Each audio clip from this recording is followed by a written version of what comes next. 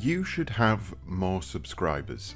This is a sentence I've been seeing pop up in the comments roughly once a month for the past 3 years since I started the channel, in some variation or other. It might be, you should have more views, or it might be, you are so handsome and charming, I want YouTube to put a baby inside you. But regardless of how it's expressed, it's a lovely sentiment. I've seen people reel at this kind of comment as if it's an attack on them personally, and it's not. It's someone saying, wow, this was so good, I can't believe more people haven't come across it. Here's the thing though, I shouldn't have more subscribers. I am the very definition of a niche flavour. I am cottage cheese and pickled ham flavoured crisps.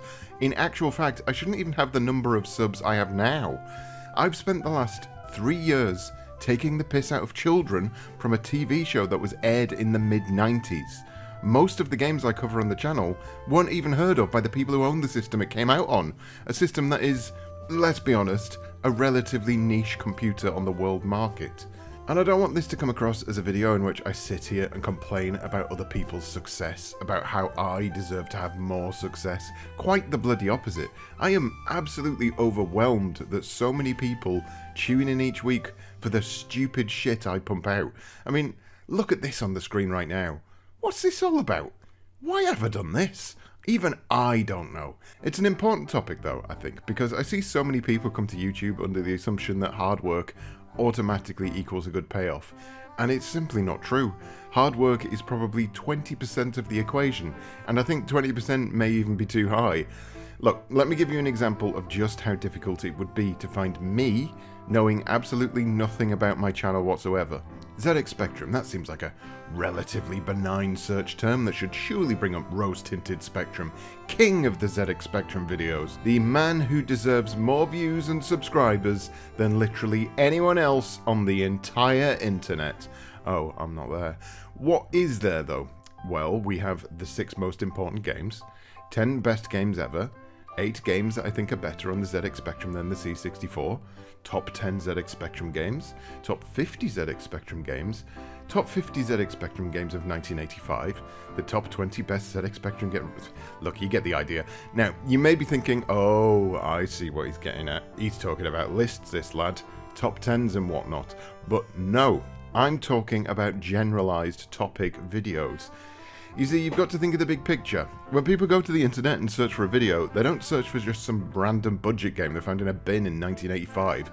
They search for best ZX Spectrum games, or top 10 ZX Spectrum budget games, or how many ZX Spectrum games can you fit in your mouth? Generalized terms, not specifics, and that's the vast majority of what I do. Specifics. I take one game, or one series, one thing that people either don't remember or have tried their hardest to forget, and then I make a video on it. No one is searching for Bugaboo the Flea, no matter how hard I find that to believe. If you take a look at my top 10 videos for views, just as a for instance, you get the following. At the very top is one of the first and only times I ever did a sort of list. It's a collection of shareware games. It's not a great video, truth be told, it was very early doors, but it doesn't matter because here's the thing. Nobody knows the quality of a video unless they click on it. The thing that people are searching for here is simply shareware games. If I'd made a video about a specific shareware game, this video would have flatlined years ago. Instead, it's continued to go bananas since it released. Best thing is, it's part 1 of a series I didn't continue because it was the shittest performing video I'd ever done when it released, and it's now my highest rated video. Thanks, YouTube. Moving on, we've got Blade Runner, we've got Ecstatica, we've got I Have No Mouth and I Must Scream. Are you sensing a pattern here? In 4th, we have The Angry Ballad of Manic Miner, because that one just did well in spite of itself. We've got Breaking Bad Influence Episode 1, literally only there thanks to Violet Berlin getting behind it. It was sat at just over 1,000 views prior to her recent push. And then we've got a short video about Dragon's Lair on the Game Boy and blah blah blah blah blah. At 10th place, we have a video that is only so high up the list because absolute morons keep searching for porn on YouTube. And then finally, at number 11, it's a review of a ZX Spectrum game. 11th place. It's not even a popular one. 3 years of doing this constantly, and I've managed 11th place. It doesn't matter if I put 5 hours into a video or 500 hours into a video, because YouTube doesn't lift quality, it lifts titles, it lifts search terms, SEO, generalized terms. It lifts the things that people are already searching for. That's exactly what it's intended to do. And if you don't seed your videos into that ever-shifting pattern of searches, then you don't get discovered. What I rely on specifically is word of mouth. And it's not just me who does that, it's everyone. If you're a channel that specifically does not cater to those search terms, then you will flounder and flop and all the other Fs, unless someone, somewhere, says to someone else, hey, have you ever come across this channel before? Because it's really bloody good, and they put so much effort in, and I love it, and I love you, and I'm so high right now. YouTube is saturated. There are 720,000 hours of video content uploaded each and every single day. The fact I've captured close to 3,000 people, enough to click a button that says they might come back, if they can be asked, is astounding. Small channels rely on one of two things: smashing through the algorithm with gay abandon or word of mouth. So, here's my word of mouth. Number 1, what ho snorkers. If you've been watching this channel for any decent amount of time, you'll have spotted Snorkers pop up here and there to fill in segments I needed him to fill in because, truth be told, Snorkers is probably the nicest man on planet Earth. If you ask him to eat an entire lemon for you, on camera, without crying, he will. He's just that sort of person. Snorker's channel is a mixture of educational and absolutely fucking mental. That's the only way I can describe it. He takes a ZX Spectrum typing game, he types it in, he says he enjoys it, but that's because he enjoys everything, and then he goes about fixing said typing game so it's more enjoyable than the enjoyable he already said it was. But in amongst all that, because of reasons, he does green screen cosplay in the most amazing way you can possibly imagine. Here's some highlights. Here at the Interplanetary Revenue Service, we pride ourselves on our dedication to innovation. Ciao and welcome. Beautiful. Beautiful. That was the first version of the adventure, but not the version that I discovered. It seems that I'm lost in the desert.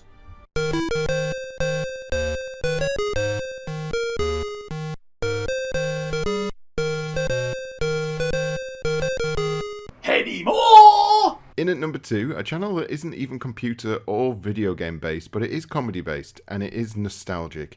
Dagless TV. This is the very definition of a channel that is absolutely impossible to search for, with titles such as Guide or Ghost or And Diamonds Are Forever. You're never going to get anyone to search for this stuff, but that just makes being a member of the club all the better. I've not told anyone involved with this video that I'm making it. I figure it'd be a nice surprise for them, but I'm just going to have to lift one of my favourite Dagless videos for you here so you can see it in full, and then you can go and watch the rest of his stuff on his channel. Hopefully he won't copyright strike me, and if he does, that would be pretty funny to be fair, so I'll give him that one. If you love Chris Morris, dark humour, weird nostalgia, actually, you know what, just watch the clip.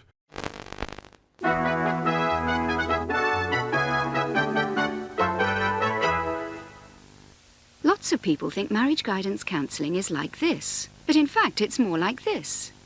If you have a few hours a week to spare and would like to become a counsellor, ring Barnsley 6206 206 66 206 206 206 834.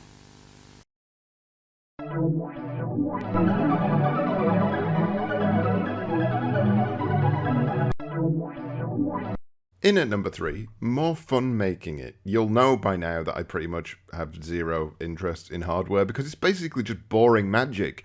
But if there's one channel that removed that boring element for me and replaced it with humour, it's Lee's channel. Lee is effortless to watch, explains how magic happens as he goes along, and he's just a lovely chap in general. Here's a clip. Looking good.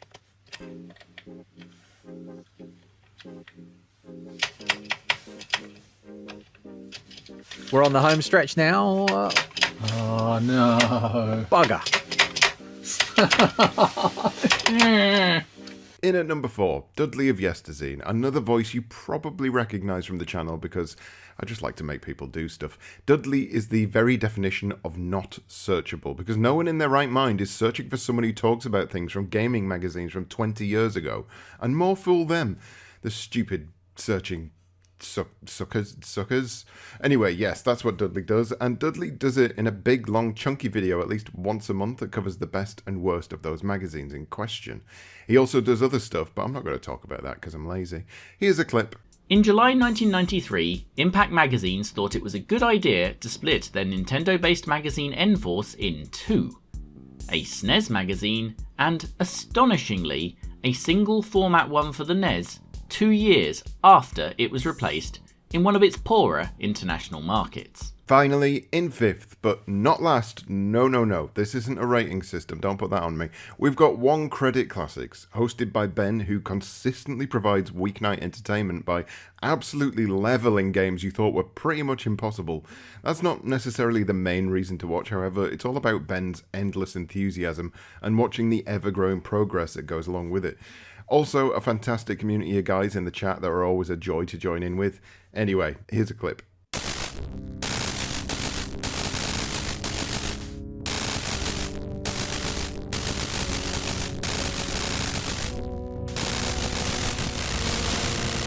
That, my good friends.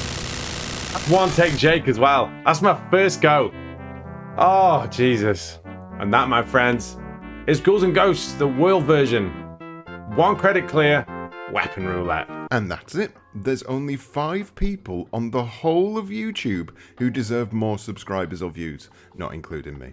Obviously, I'm being sarcastic, there's fucking millions, but you get my point, right? I could make a 2-hour-long video suggesting every single channel you should subscribe to who deserves it. I could suggest Retrograde Scene, for instance, who's just put out a fantastic video where he converts a fake controller into a real one for his kid. I'd also suggest Mateus Bayes, who does some excellent coverage of Sega hardware. Hell, I could even suggest Blogos Pow, who does some fantastic coverage of games you've probably never heard of. Or Lee Smith's Workshop, who does videos about things I'll never even begin to understand. But I'm not going to recommend any of those people, because I said I was only going to recommend 5 people. I'm not even going to recommend Timberwolf, who recently put out an hour-long video about Roller Coaster Tycoon 2, because you know what, 5 is enough. No, you're not getting any more. Not even Vacant Skull Archives. See, my point is this, crap content. The chances of you having heard of even 50% of these channels I've just farted into your face is minuscule. They're all relatively low subscriber bases, like me. They all put an enormous amount of effort in, like me, and they're all at the bottom of the barrel when it comes to YouTube's fancy algorithm for fancy people, like me. But they, and everyone else residing at the bottom of that barrel, are all deserving of exactly the same success. They all deserve more subscribers. YouTube isn't the place for us to be found, not anymore. It's the place where we host. The reason we're found, in most cases, is because of you, dear viewer. Because let me put it this way, my next video is this. And who the fuck is going to click on that other than you?